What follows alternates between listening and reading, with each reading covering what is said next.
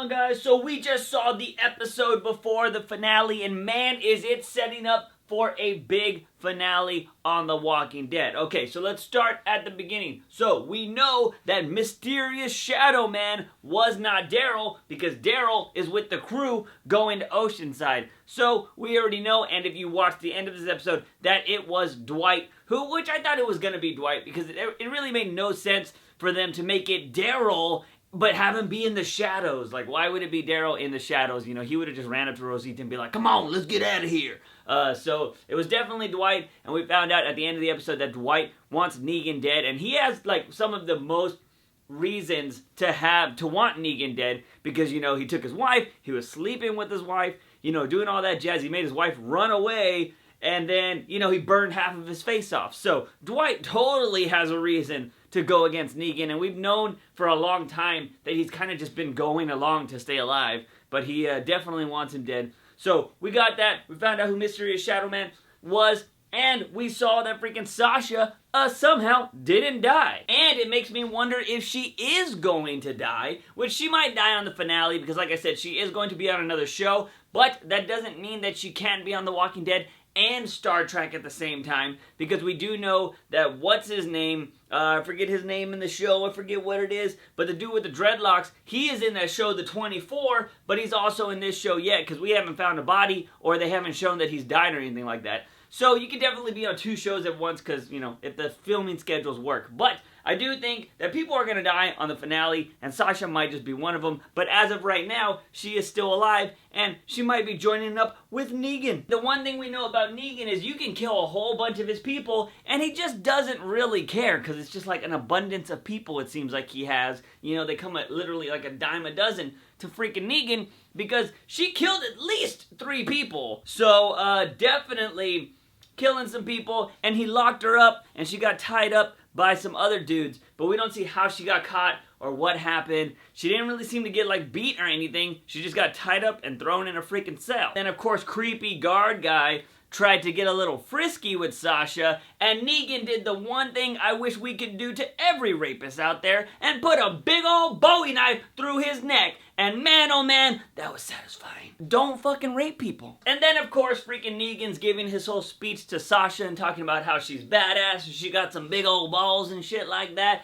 And he wants her to start working for him because he's freaking a man short. And this is what we've seen Negan do throughout the whole time Negan's been on this show. He has been the person that, you know, he wants to get back at you by making you suffer, making you do things you don't want to do. He did it with Dwight. He's basically done it with everybody that's under his freaking regime. And he wanted to do that with Daryl, and he's doing it with Eugene, and he just wants to make you suffer by showing you that you need to follow the rules. And you know what? I love the way he does this. It's insane. He never kills you for making a mistake. He makes somebody else pay the price and makes you live with it. And that just breaks people down over time. It's exactly what he wants to do with Sasha right now, and make sure she becomes part of his crew. And he's definitely gonna make her do something, because a little birdie told him that freaking Rick is stirring up some pots and shit like that to get back at him. So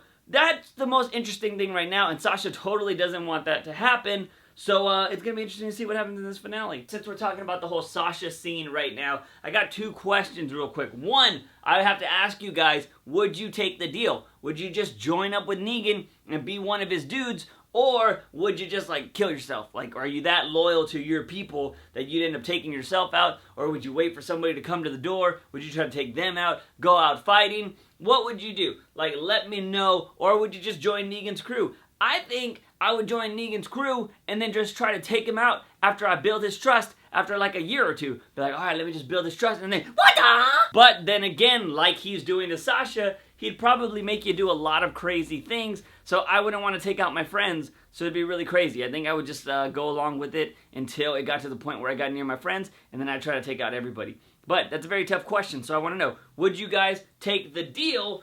And the other question I got is, why the hell did it take so long for the freaking walker to turn? Like, why did it take so long? In this show, we've seen walkers turn like that. It's like, stab, I'm a walker instantly. Like, we've seen that kind of crap happen so much. When freaking Shane died, he like turned into a walker like after 2 minutes. This guy seemed like he got to die. They got to have a whole conversation. She got to think about the conversation. And then she had 2 conversations with freaking Eugene. And it's just like, what? This guy took forever to turn. And I just want to know the logic of zombie turning. Like, does it matter how you get stabbed or how you die that speeds up the process? Or like, what's the deal? Let's go ahead and jump over to another badass lady, which is Maggie. Apparently, the whole crew went to go to Oceanside, but Maggie stayed behind because 1, she's pregnant, and 2, she's got to get like all the farming, and she's basically the freaking leader of Hilltop right now. And that other dude is just being a puss. But yeah, we got to see her, you know, teaching everybody how to farm, and she went to go get something outside the walls. Freaking the pussy guy went outside, and he was all like, oh yeah, let me help you. And we found out he just totally one big old bitch because he's never killed a walker before. How have you stayed alive this whole time and never killed a walker? If I'm not mistaken, I think Eugene's even killed a walker, and he's like the biggest bitch on this show. So Maggie, pregnant and all, has to kill 2 walkers because this guy doesn't know how to handle himself, and he totally gets made to look like a bitch in front of other people, and Maggie's all like, don't worry. She even tries to cover him because that's how nice freaking Maggie is and how awesome she is. She tries to cover up for this guy. He's like, he's never killed one before, but he's learning right now. And the other dude just calls him out. He's like, that's not what he told us. And it's like, oh man, freaking Maggie's gonna take that Hilltop job. But you know that dude knows she's gonna take it. So that is why he told his freaking errand boy or whoever that guy is, his assistant, he's like, I need you to drive me somewhere. And that whole map he's doing, he's going to go to the freaking compound of Negan and tell them, I got a problem. Which leads me to my next question. Who is the little birdie? We heard in the Sasha-Negan conversation that somebody told Negan that Rick and his crew are planning something. Who is the little birdie that told them that? Because it's not somebody from Rick's crew, because if it is, who would be betraying them? I don't think it's anybody from Alexandria. I doubt the person I think it would be from Hilltop would be Mr. Bitch Boy. So would he be the one that is the snitch to freaking Negan? I don't know, because it doesn't seem like he was able to get to Negan's compound that fast and tell Negan before the whole Sasha thing. I think those were kind of storylines were going on at the same time. So, who could be the person that is warning Negan about the whole craziness that's going on with Rick and crew? My friend Chris thinks it could be the garbage people that are the little birdie to Negan, and that's why they're getting so many guns. Maybe because they're helping out Negan. I don't really know. I don't want to assume it's them, because I feel like, Oceanside proved that you can hide from Negan, and I think the garbage people have been hiding from Negan and his crew this whole time. So I don't think Negan knows about them, so I don't want to assume that. But I'm really interested to think who the little birdie could be. Could it be Eugene? Because I think Eugene, no, he was already gone, but I think Eugene has probably told Negan, like, yeah, this is what that crew could do eventually, because, Eugene's a smart guy, and he would definitely tell Negan immediately like that, like, oh yeah, there's a plan. Of course, he doesn't know that there's a plan, because they started planning it after he was already taken away, but he could just kind of throw it out there. But I don't know, who do you guys think the little birdie could be? Now let's go to the whole Oceanside storyline. We get to see freaking everybody working as a team, setting up bombs to make this whole shit go off, and they don't want to kill anybody. They just want the shut-up phone. They just want the freaking guns from Oceanside. Of course, there just magically happened to be a ship out of nowhere, and all these ships on this ship was a bunch of zombies and stuff, so that was going to be the freaking problem for them later. And so we saw all these zombies coming off their freaking Titanic and walking up onto the beach, and that was going to be, what the whole crew was going to have to deal with besides not trying to kill people. Anyways, freaking Ninja Tara gets up into the old lady's house, and she's all like, sit down, bitch. And of course, her friend that saved her life comes in. She's like, Tara, what the hell are you doing? Bada bing, bada boom. We get the whole thing going down. And she's like, you gotta hurry up and join us or you're gonna freaking get killed. And then bada bing, bada boom. Why did I just say that twice in a row? I don't know, baby. I like those words today. The whole plan starts going off. And, of course, you saw everything that happened. The team comes in there like a badass, takes all the guns. And then that's when the walkers show up and trying to prove this whole thing. We have the standoff between Rick and whatever. blah, blah, blah. You guys saw the freaking episode. Both people join up to kill all the walkers and everybody's safe and Rick and everybody gets to take the guns, but Oceanside will not join up with them because they don't want to die. The freaking old lady's all like, take your freaking guns, we're not gonna fight, even though Oceanside wants to fight. And I love Tara flipping off the little girl because that little girl was a bitch in that episode that they were in, and I'm glad that Tara got the last laugh there. The main thing I want to talk about that maybe, I don't know if you guys feel this way, but it's like low-key been happening all season, and I think this might happen in the finale. But have you noticed that freaking Michonne is not the best of shots in the whole sniper world? She's not the best shot. Like, she misses a lot, or she has to take like 2 or 3 shots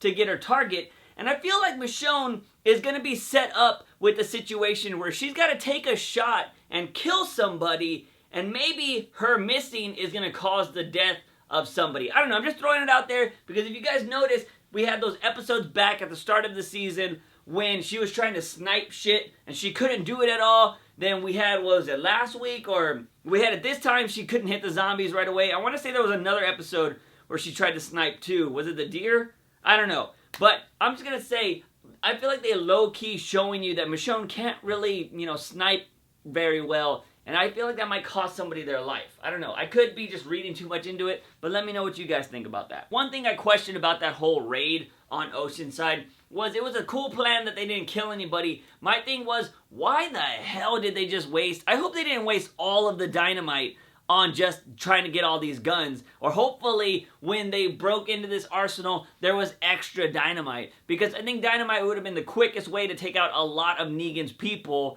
when they're rolling up to Alexandria next week. So, I don't know. I'm hoping they have some more explosives and they didn't just use all of them to get these extra guns right now. That's basically everything that happened in this episode. So, I want to ask you guys some questions. What do you think is going to happen with Sasha and Negan? If you saw the trailer to the next episode, you know he is going to make freaking Sasha do something against everybody. And you hear Sasha's voice like, doesn't have to be this way, there can be another way or whatever, telling Negan that, but Negan's all like, nah bitch, this is how it's gonna happen, pretty much. And then of course we see that Negan and his whole crew are on his way to Alexandria to confront Rick, but it seems like Dwight is actually going to help them out. I totally didn't talk about Dwight. Back to the episode real quick, we saw the ending where it was Rosita and Dwight, and he was talking about how he wants Negan dead and all that jazz. And Daryl's all like, oh, let me at him. Let me get at him. I'm going to kill him. So we saw all of that.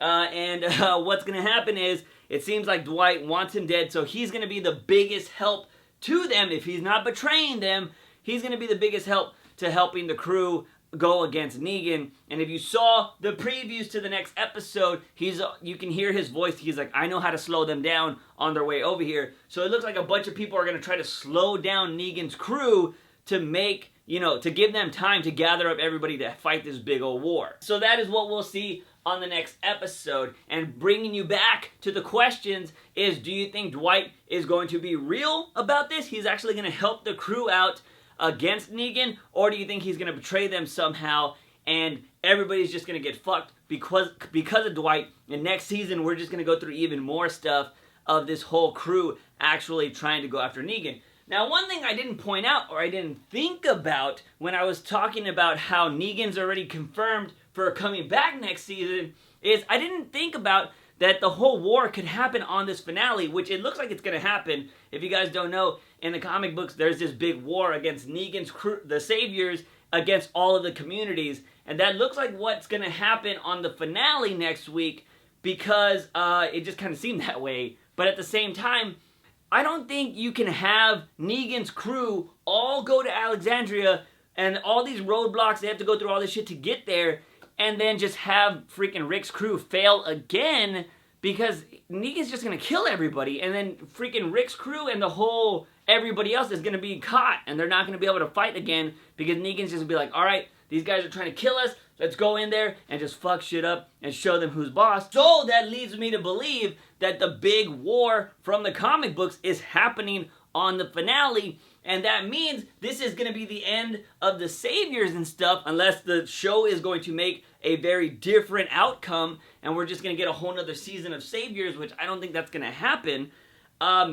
So this leads me to believe that if everything goes down the way it should go down, Negan is going to get caught and they are going to imprison him in that cell that freaking Morgan built a long time ago, the one that Dwight's in right now. They're going to throw Negan into that cell and for some reason just keep him alive. And that's going to cause a lot of drama next season, because if Rick keeps Negan alive, there are so many people at Alexandria that want him dead, and they're going to be like, what the hell are you doing, Rick? Why are you keeping this guy alive? Blah, blah, blah, blah, blah. And like I said, I haven't read the comics past like this season or anything like that, so I don't really know where it goes, but I know about this in particular. I know that Negan stays alive and he gets captured. So I know that for sure.